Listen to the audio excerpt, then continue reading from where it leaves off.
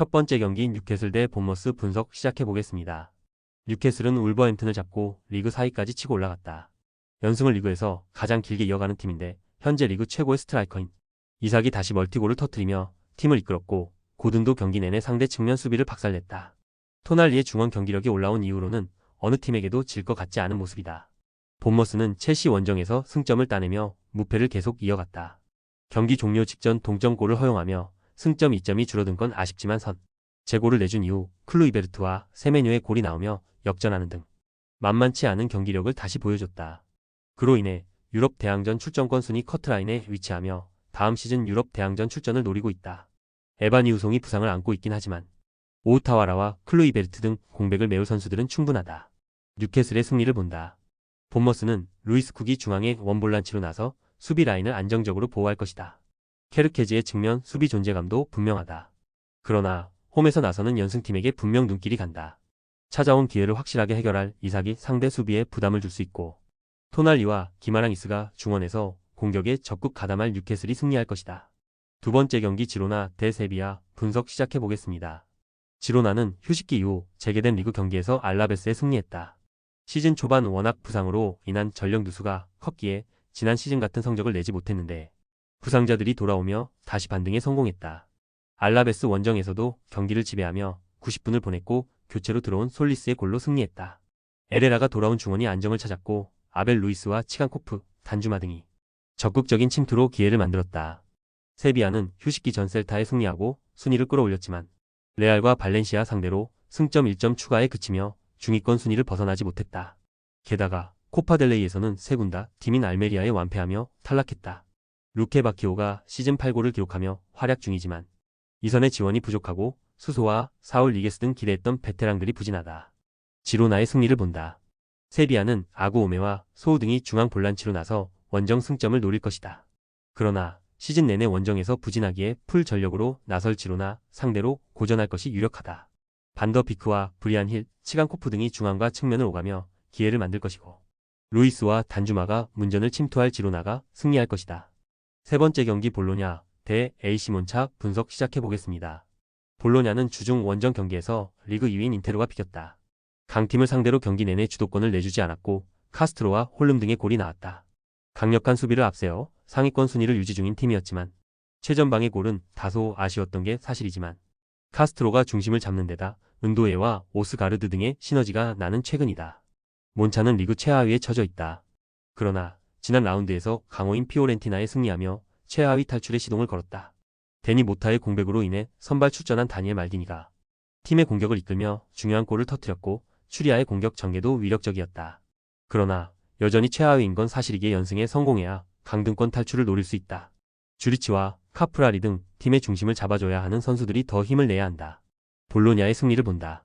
인테르전 이후 3일 만에 나서는 경기라는 점은 부담이 될 수 있는 일정이다. 그러나 포베가가 징계에서 돌아온 데다 달린가와 퍼거슨 등 주전급 로테이션 자원이 질비하게 일정을 이겨낼 것이다. 홈의 이점을 살릴 수 있고 프루어와 포베가가 중원을 장악할 볼로냐가 최하위 팀을 잡아낼 것이다. 네 번째 경기 슈투트가르트 대 프라이부르크 분석 시작해보겠습니다. 슈투트가르트는 라이프치히를 잡아내고 리그 5위로 올라섰다.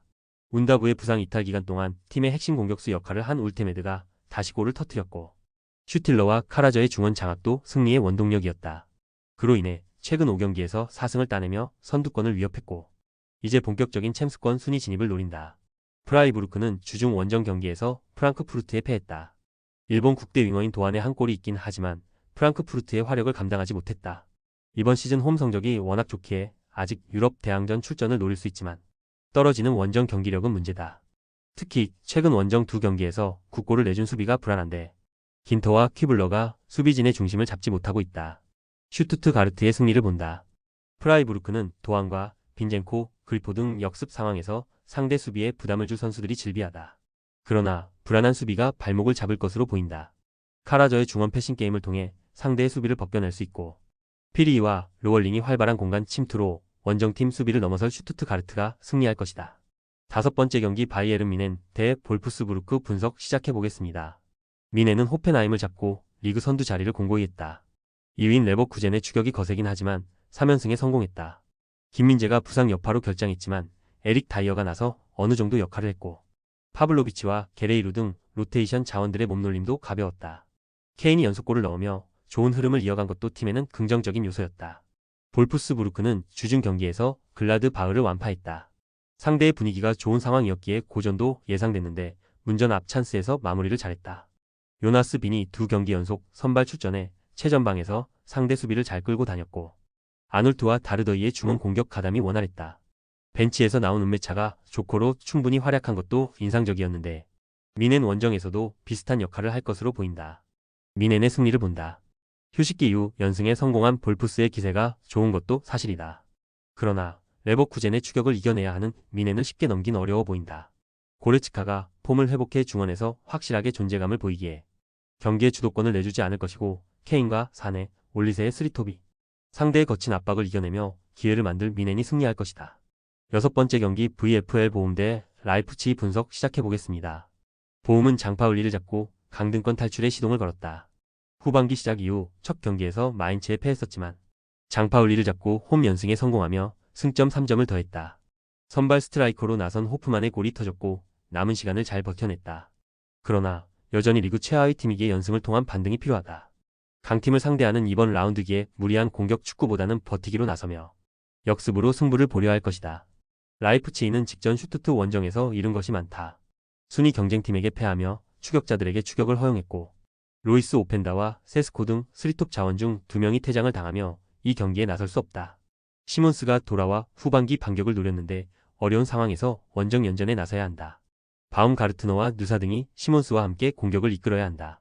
라이프치히의 승리를 본다.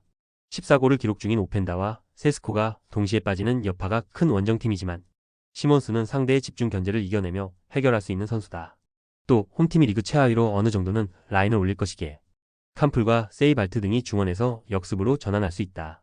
조합은 아래 고정 댓글 링크로 편하게 말 걸어주시면 조건 없으며 스포츠를 좋아하시는 분들이라면 모두 환영합니다. 스포츠 당첨 어렵지만 그건 어떻게 하냐의 차이입니다. 두 눈으로 어떤 차이인지 직접 확인하시고 우리 모두 같이 승리합시다.